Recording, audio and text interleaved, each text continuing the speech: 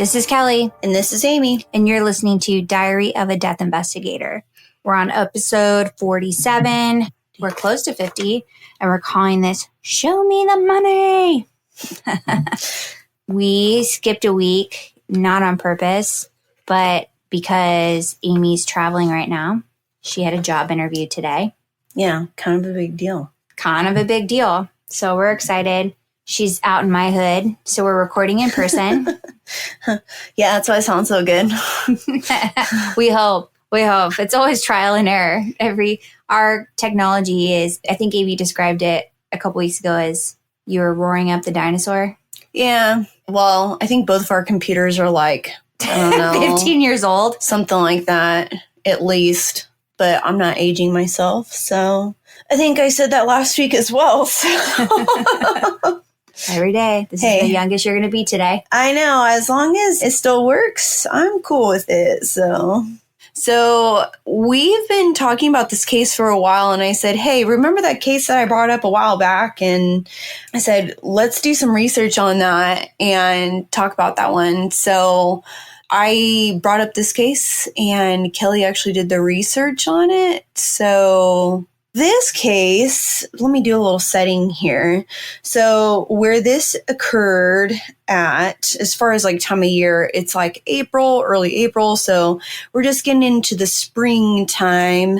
And this is kind of when everyone's starting to get their like lawns beautified again and spending a lot of time getting their yards ready for springtime. So we're getting a lot of rain and stuff out at this time of year. So when I initially got the call, I was told that this gentleman had been out doing yard work earlier that day and then was found in this garage, and not a whole lot of information otherwise. So just found deceased. Didn't look like there was any trauma or anything that looked suspicious. And he had been found by his brother and sister out in this garage of his residence, and really no other information that seemed to be alarming or anything that would red flag to me. So was it a nice house?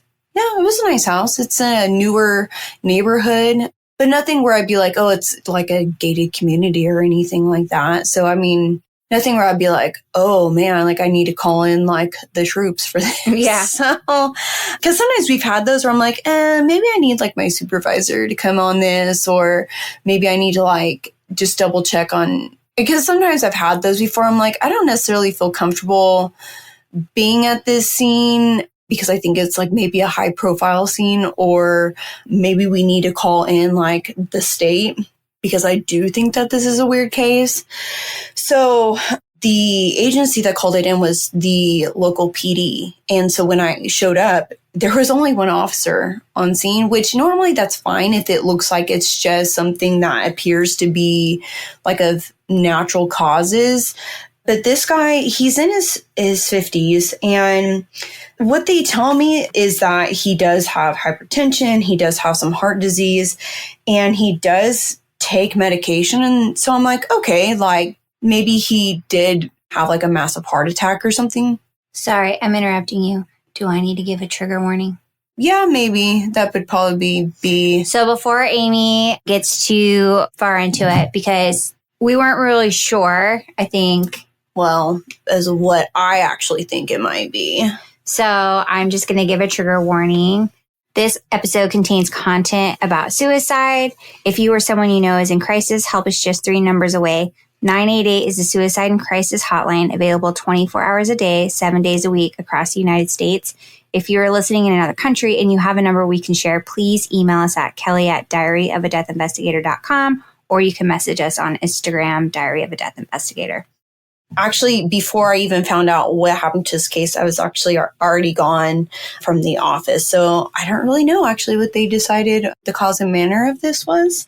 But you guys will maybe decide on your own what you think happened. So, and you'll know what my thoughts were and what Kelly's are. Yeah. Because I think we both share similar thoughts on this.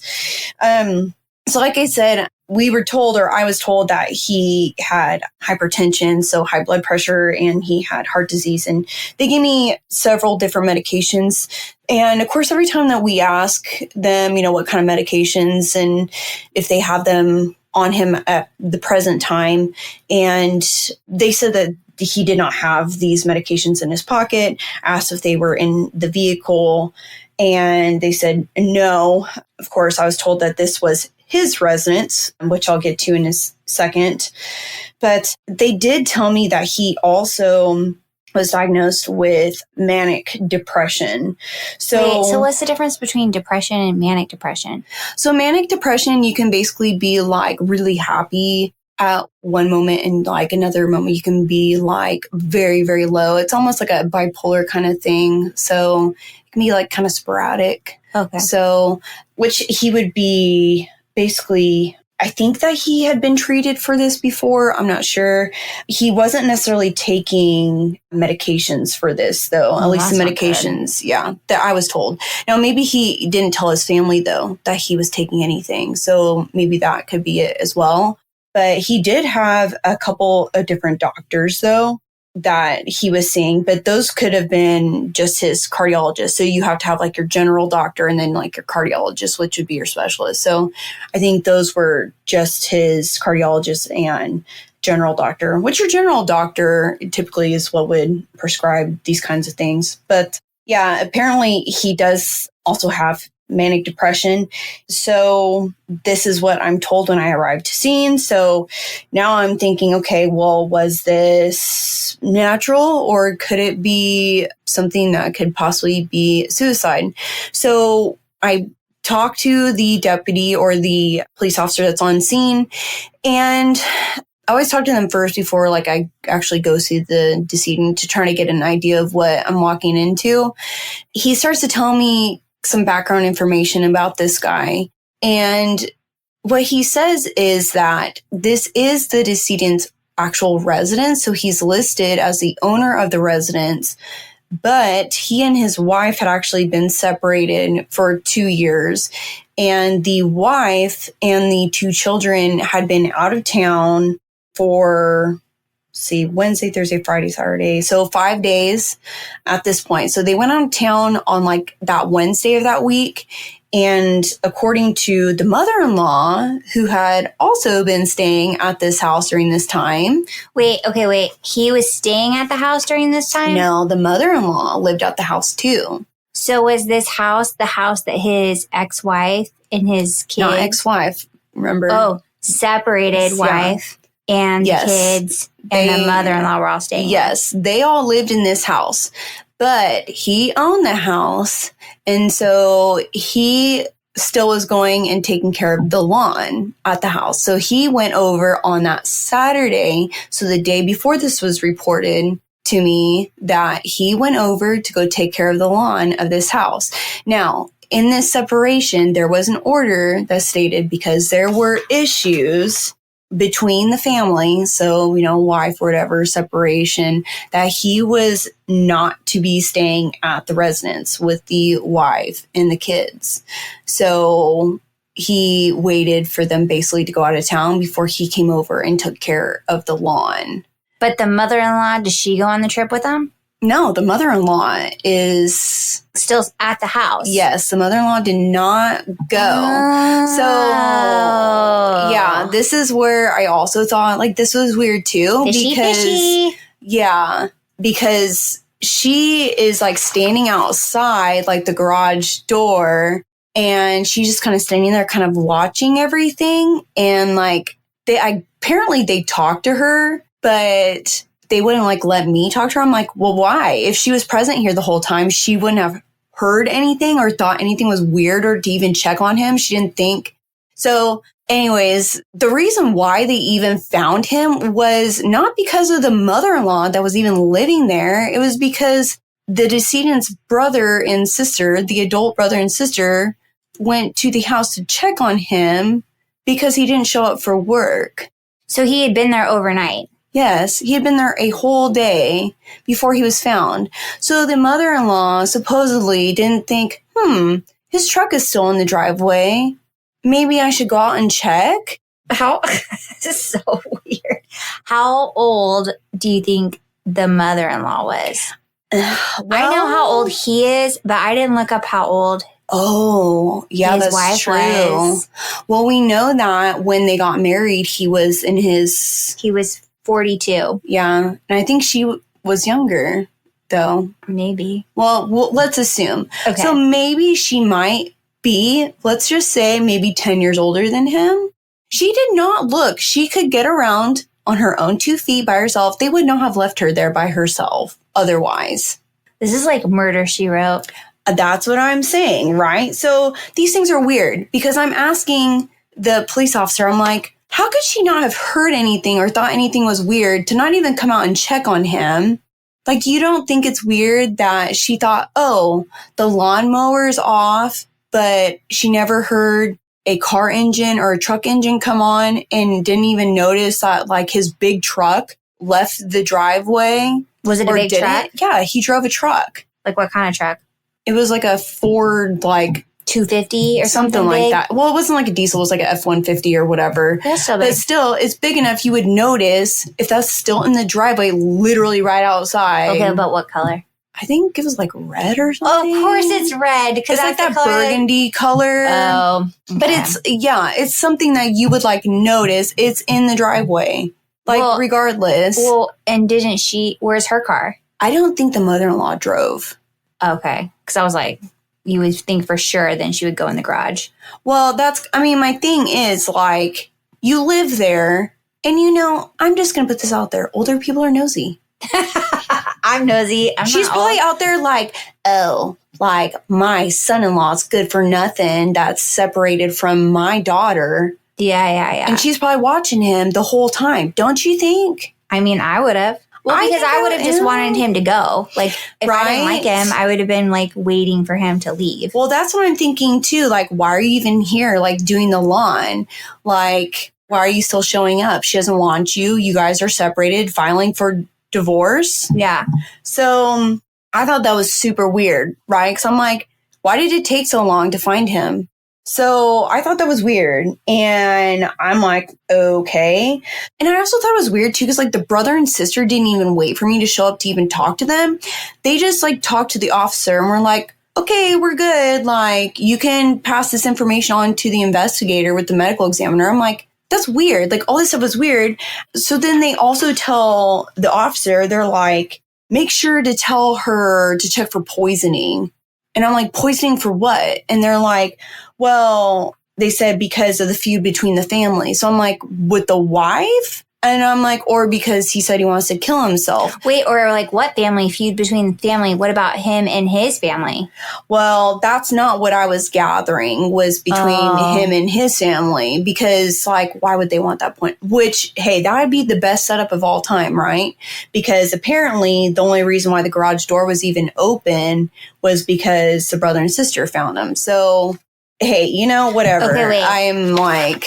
So the brother and sister went over there and the garage door was open all night, or the garage door, they opened it? Because they used a garage door opener because they don't have a key to the house. They used the garage door opener from his truck. His truck was open. Okay, but why would they have gone through the front door? The front door is locked. Yeah, but the mother-in-law's there. She wasn't going to let them in. So they just went through the garage? They were going to just let themselves in? Yes. His truck's there. They thought it was weird. I think it's weird. Yeah, I think so too. Duh. This is why we're doing this case. So, yeah, they're saying, like, well, the statements that he wants to kill himself and it says once he tested positive for poison. So I don't know if that means, like, he tried to overdose or something. So I'm like, okay, well, what does that mean? Like, poison, which that could mean a lot of things. Maybe he, like, was sick once from, like, food. I don't know. People say a lot of things. So... yeah, I think this stuff is weird, right? And so I'm like, all right, well, I'll go in here and I'll check this out because at this point I've worked some weird things in garages and I'm like, if we think that there's something, I see these like alarms or bells that are going off in my head and I'm like thinking possible suicide. I'm like, he's doing yard work and I'm like, okay, well, I'm going to examine his body first and then I'm going to check all these other things. So first thing, I start looking at him and I'm like, oh, these are like clear-cut signs of what I'm kind of leading down this road. And he doesn't have anything weird on him as far as like external trauma. And he doesn't have any, like, there's no firearm, there's no knives, there's nothing like that. Like no medication. He only had like Tylenol. Like he had a Tylenol bottle like in his pocket, but it's like it wouldn't even have been enough to like do anything to him. And he would have seen a foam cap, which would have been from an overdose. So, but how did you find him? Like, what was he? So he was literally sitting in one of those fold out chairs. Yeah. Like lawn chairs that are like those canvas fabric ones. Yeah. In the garage. So he had that he was sitting next to a generator, one of those gas generators. And he was sitting in this fold-out chair next to the generator, and he had taken all these things out of his pocket, and he had put them on top of this generator. So I was like, okay, that's kind of like, at first I was like, well, maybe he sat down because he was hot and was like just taking a break. And there again, I was like, he could have had a heart attack. But I started looking at his eyes, and he had these like bright red petechia dots in the whites of his eyes. And I'm like, huh. So I'm checking his legs, and I pull up his pant legs because he's wearing pants, and it's bright red cherry lividity. Oxygen. Yes. So what happens? I don't remember that part, but I got the oxygen part. So this is typical of what we would see in carbon monoxide poisoning, because the carbon molecules takes place of the oxygen molecules in your red blood cells. And it makes you cherry red. Yes. So I remember the cherry part. Yes. So I'm like, oh, well, this is usually what we would see when people will leave like anything that's a motorized, like a lawnmower or a generator or gas powered something on in an enclosed area, and will literally like gas themselves out. And so I'm thinking he had the garage shut off, closed off, and he just let something run until it literally like, because I mean, all you have to do is breathe in the smoke from the exhaust. And so that's why they say don't start your car in a closed garage, because you'll breathe in the smoke. Okay, but so so I have a couple questions. Okay. Was this cell phone out? Ooh, actually, no, I did not have a cell phone. I don't know if they took that before I got there, because that was not in the effects that I have written. Okay, that was my first question. So my second question is, how big was the garage? It was a 3-car garage. Dang, that would take a long time, right? Okay, but I can tell you what was exactly in there. Okay. So there was a riding lawnmower in there, and it's one of those like Husqvarna ones. I don't know. They're the big riding lawnmowers. Okay, wait. So time out. Okay. The only time I mowed my lawn, I did buy a lawnmower one time. Mm-hmm. I was wearing rain boots. Yeah. Because I think Dad told me in case like you run over something and it pops up on your legs. Or spiders or other things. I didn't ever worry about that. But I think it was like my grass was like 2 feet tall by this point. Yeah. So maybe I had gas. Like I barely knew how to start it. And that was the last time I mowed my lawn. I just hired somebody it's not fun. It's not my favorite thing either. So I know nothing about lawnmowers. Okay, so basically, if you have a well-maintenance lawnmower, you shouldn't have black smoke coming out of it, just like your vehicle, right? Because if it's a gas motor, it's all works the same across the board. But he also had a gas generator in there as well. He had all these gas-powered things in his garage. But next to him? Yes, the generator was there, and also the lawnmower was in there as well. But it would have been so loud. I know, Kelly. That's what I'm saying. Mother-in-law was she deaf? And she was, let me tell you something. That garage door was open, and she was out there standing there watching me the whole time. And I was like looking at her too, letting her know I saw her watching me, watching her. So I'm like, yeah, you look suspicious right now. So I'm thinking, all these things, right? So I'm checking, these machines, because typically when someone, which honestly, the generator would be much easier to keep on because all you have to do is just switch. A lot of the generators like that, you just switch them on. Yeah. And then you just pull it, like you pull the handle and then it comes on. And then you just let the exhaust run. And you can keep those on for a long time. Yeah, a long time. Right. Depending on how much gas is in there. Right. So, which could be a whole day. But the lawnmower, a lot of times with that, you would have to like, I've seen people zip tie them to where it's like the gas pedal or like the handle that you would pull down is pushing down on the gas. So the exhaust is constantly going. So if something's pushing down on the gas, it's going to burn out faster. But his was not. Well, that's where I'm like, did someone come out here or like brother and sister? Because, which I'm going to have you explain in a second about his finances and stuff. Typically, when people commit suicide or something, they don't want it to look that way because multiple things. One, they don't want it to look that way because they don't want their loved one to be remembered that way, or they don't want for insurance purposes. Sometimes large insurance policies won't pay out for those things. So I made sure to check the tanks of both the lawnmower and the generator, which the generator was in the off position, but I don't know if someone turned it off, but both the generator and the lawnmower were completely empty.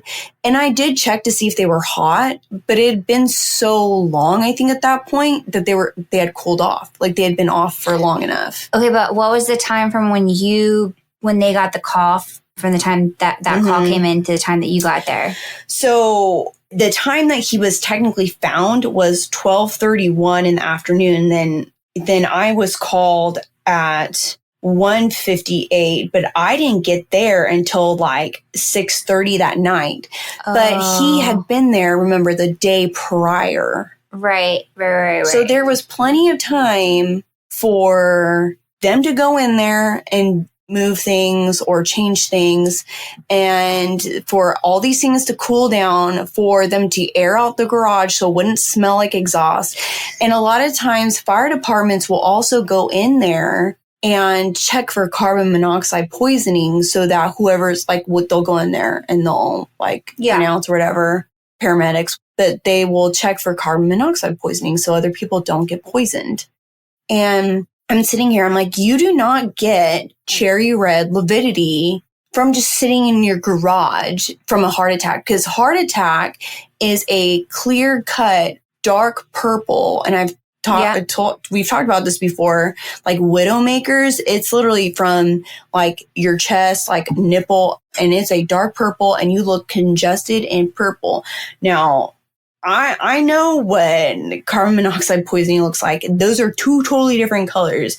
And I'm just like looking at it and I'm like, so the brother and sister didn't say that it smelled like gas or anything. And they're like, oh, no. I was like, and the lawnmower wasn't, and I was like, is there a gas can anywhere? And I was like, is this full? Like, where's and it wasn't full. So like even the gas can was empty. Brother and sister wouldn't say anything about. So I'm like, what is going on here? So I'm seeing everything that's showing carbon monoxide poisoning, which I'm like, we also test for carbon monoxide poisoning in their blood when they come in, like, which is a really fast, like rapid test. So yeah, I'm just like, what the heck is going on? So this is where now you do the research. So, because I thought there was two things that could have possibly happened, right? So it's like, I thought it was really suspicious that the separated wife was out of town with the kids. Mm-hmm. And conveniently, they must have been planning on coming back that day, I assume. Yeah, Sunday, yeah. Yeah, so he was there, and so must have been Monday is when the brother and sister found him. It was Sunday. It was a Sunday that they found. Oh, and he didn't go to work on Sunday? That's weird, because why would he go to work? Well, let me look at my calendar here. Okay, you look that up while I'm talking about it, because so I thought that was really suspicious. So then I looked him up, and he owned a energy exploration company. So. Oh, it was a Monday. So they had been gone for, how many days was that? 1, 2, 3, 4, 5. They had been gone for 6 days. So yeah, it was a Monday when they went and found him. So he was supposed to have been over there mowing the lawn on a Sunday. On a Sunday? Yeah. So then it must have been Monday. Okay, that makes sense. So when I looked up the company, he owned the company, or it didn't say that he owned the company, but that's my assumption because it's him, his dad, and his brother. Mm-hmm. So when you said something about like his family saying poison and family dispute, I thought, oh, I wonder if it was over the business because it's a pretty big business. From what I can tell, everything's in trusts and like money's locked up and things like that. I mean, it was pretty easy to find. And it's energy, so we know it's a lot of money. Yes, we know it's a lot of money. So I thought, oh, okay, that was weird, especially with the brother and sister not saying certain things. And now you telling me that what was that thing called? The generator was off? Yeah, the gas power generator and the lawnmower, but they were empty. Like I unscrewed it and I looked in there, shined a light in there, and I was like, odd. Like he literally, did he push them? Did he push this lawnmower back into the garage empty, bone dry? How do you drive a riding lawnmower back into? Oh, it was a riding lawnmower. Yeah. It be completely empty. Okay, so then the next thing that I looked at, so he'd been married once before, because when you start Googling people, you can find all this information out. And then he got married, it was like almost 20 years later. So I think he'd been married in 84-ish, but then he got remarried like in early 2000s. The crazy part was, so he had 2 kids with his second wife, and then they ended up separating. But when I looked at it, so this is why I know it wasn't on a weekend, because they came home on Sunday. And then on Monday, I found a document online showing that she wanted to dissolve the separation papers.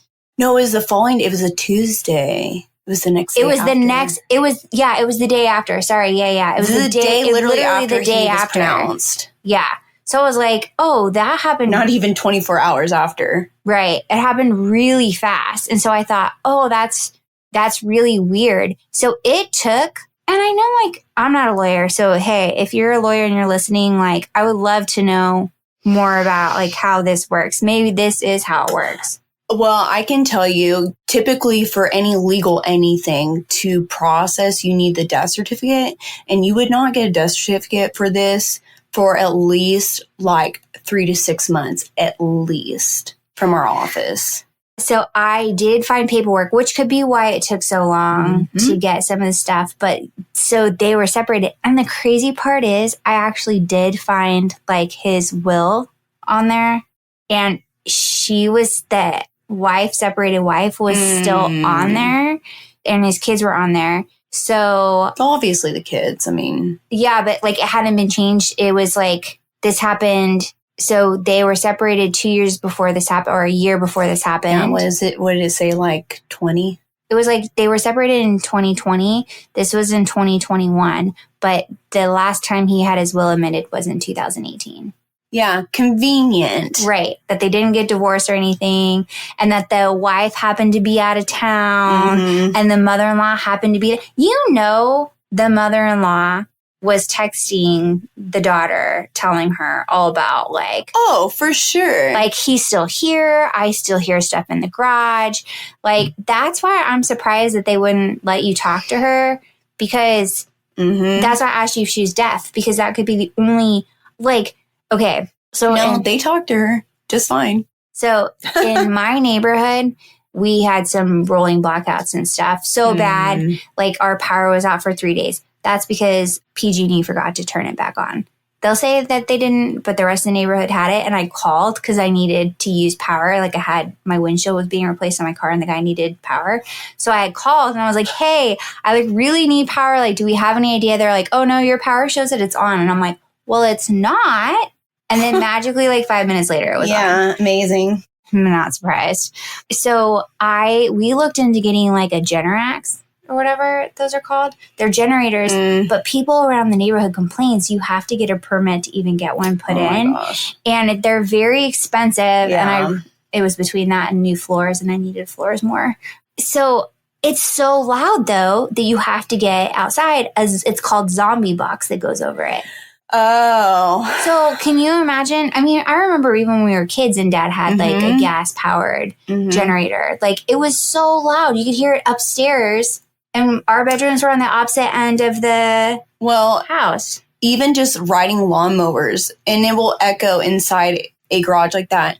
Like, that's literally why I despise sunshine and stuff so much, because it's like people are doing their lawns at like 7 o'clock in the morning. I'm like, ew, I can't stand it. I'm trying to sleep. Like, Amy can't even stand my neighbors behind me right now, and they're not even, they just sold the house behind us, but Amy's complaining because they're leaving the kitchen light on at like 1 o'clock in the morning. To be fair, the curtains I have up right now are being held up by chip clips. They're chip clips. So wait, and Michelle's gonna like this because she's listening. This is for anybody who doesn't want to commit to curtains. I have a shower rod up on the hanging up too. I'm just saying, you would know, you could hear that, because I can hear that thing from 2 blocks away. So you can hear that from the other side of the wall. So basically, this case is super suspicious. And when Amy originally told me, I was like, oh, he didn't kill himself. That's the first thing I said. You barely even told me. And I was just like, no, he didn't kill himself. Yeah, even when I was talking to the pathologist, she's like, what? She's like, this is clearly carbon monoxide. And she's like, but this isn't adding up. This seems not adding up. I was like, girl, I know. So I wonder if they were all in cahoots. I wonder if this poor man... They probably all got a payout from this. Well, so that's kind of what I was wondering at the end. And I did look up, and Amy doesn't think this is weird, but I think this is weird. This guy, assuming, because I didn't actually dig this deep into it where I had to pay for financials, but his office was in a shopping center with it was like a paint store, and it was just kind of a weird setup. I don't know the town. I'd never heard of it before. It could just be maybe their mailing address just needed to be somewhere that was local, because everything out kind of in that area is rural. Yeah. So maybe it wasn't a P.O. box, but just need to know if you've lived there. If you've lived there, you'd know. Yeah. So I think that's honestly why that's probably... Yeah, well, I thought that was weird too. So anyways, because Google Maps showed me this whole shopping center, and I was like... things could be different now, though, because... That's true. I don't know. No, things could have changed. Well, the website still shows him on there too. So there's a lot of weirdness. Founder? I don't know. It said leadership team. So anyways, there's a lot of weirdness to this, and the sad part is I hope that that's not the case. I don't know. I'm just weirded out by the mother-in-law. Again, because I'm nosy, I would have been like, are you done? Yeah. Well, we were literally doing that to your neighbors the other day. Just watching out the window. Oh, yeah, we were watching. And they weren't even doing anything bad. We were just looking out the window. Well, because we thought maybe they parked in a spot that we didn't think they would park in. That's just being neighbors. That's just what you do. Even the dog was being nosy. He was stopped and listened too. So... no. You would think dogs would be barking. At least if he did this, depending on the time of day that they said he got there. I mean, he's not going to show up super early in the morning, right? He would show up maybe even if it's 8, because you're not going to mow your lawn at 6 o'clock in the morning. So even if it's 8, I mean, those generators had to run for what? Depending on the size, I don't remember what size tank of gas that holds. But I think those generators can last a solid 8 hours. It just depends on the size generator, because that depends on how much gas. But how long does it take to kill you? Well, it depends on how enclosed you are, the amount of space. I mean, he was sitting right next to it. But it was also a 3-car garage. Yeah. So if he had both running, though, if he had the generator and... an hour? I don't know. That's math. I'm just thinking, footage. Even if he ran it in the garage for an hour, I would think that she would think that's weird. Yeah. Well, you would hear that, and you would notice that that's on with the garage door shut. And you would just be annoyed, because that would be a really annoying It's really sound. loud. Yeah. So, and if she was there, she would know. So here's the thing, and this will be my last thing I say. if she was there all day. You know what else, though? If it's a central heating and air system, that carbon monoxide would be pushed through the house. And you also have carbon monoxide detectors in the garage because you have your hot water heater in there that's based on propane. It depends. So mine's not in there. Mine is, and I think that's most of what those are there. So if that flame goes out, the carbon monoxide detector goes off. So not only that, it's going to be pushing that carbon monoxide throughout the house. So you don't think that's going to be going off at some point? You have central air or central in the garage? Yes. That's where they keep the HVAC next to the hot water heater. So that's another thing. You would be selling that because that'd be leaking in through the vents. That's going to be getting into the house. You don't think she'd smell that? What if she's not hearing that? She's going to be smelling that. Well, maybe she didn't smell it. So the smoke detectors aren't going on. I'm sure that house had an alarm system. So the alarm system's not going to be calling it, hey, your smoke or your CO detector's not going off. Well, that's what I'm wondering if she left. But even if she left and came back, she still would have seen the truck. The mom knew. Yeah. My assumption is the mom knew that if he did it to himself, she knew that he did it to himself, and she was just going to let him do it to himself. Supposedly they said he didn't leave a note. He either did leave a note and you guys took it, or he put one on his phone. And you took the phone. And you took the phone, or you're just not telling me and you're lying to me because there again, you have the insurance. So, I don't know. Suspicious. But we don't know what happened. As the kids would say, that's sus. Yeah, that's crazy. I feel like all of these could be a book. We'll put out a Diary of a Death Investigator book. I know, and people are like, no, I haven't listened. And I'm like, why? I think we're entertaining. But also, I should say this. Amy has an opportunity with this possible new job. We don't want to jinx it, but she could help solve some cold cases. Well, we'll see if I can even do that. So, but that would be something really cool too. But this is things that all the questions that you would ask in situations like that. Mm-hmm. Like, why wouldn't people have asked these things? But sometimes I think that they're not that invested. That, or maybe they don't want to find out because they don't want to be next. Then it would be really Murder, She Wrote. I know. That's literally what I was just thinking because I was at, mom and dad's house this weekend and it was like Murder, She Wrote was on. And oh my gosh, I had to get up and leave because it was like this guy was like, it hurts. And he was like running and they're like, oh my gosh, he was stabbed. And it was like, he would not be able to do that if he was stabbed in his kidneys like that. And I was like, I hate this show. I got up and walked out because there's like Jessica, what's her face, like rollerblading, down the, like jumping off the stairs down. Oh my gosh, he was stabbed. I'm like, she's looked the same for like 40 years with that hairdo and solving cases. And she's like writing novels in this stupid beach town. Like, I like it. I don't know how they can watch that crap. Like, it's not real. I don't know. The shows are ruined for me now. Well, if you have any questions for Amy, my rant, you can email us at kelly@diaryofadeathinvestigator.com or message us on our Instagram page. Thank you guys all for listening and for the likes and reviews. You can continue to like and review, good or bad. Like, we appreciate it either way. And until next time. Bye.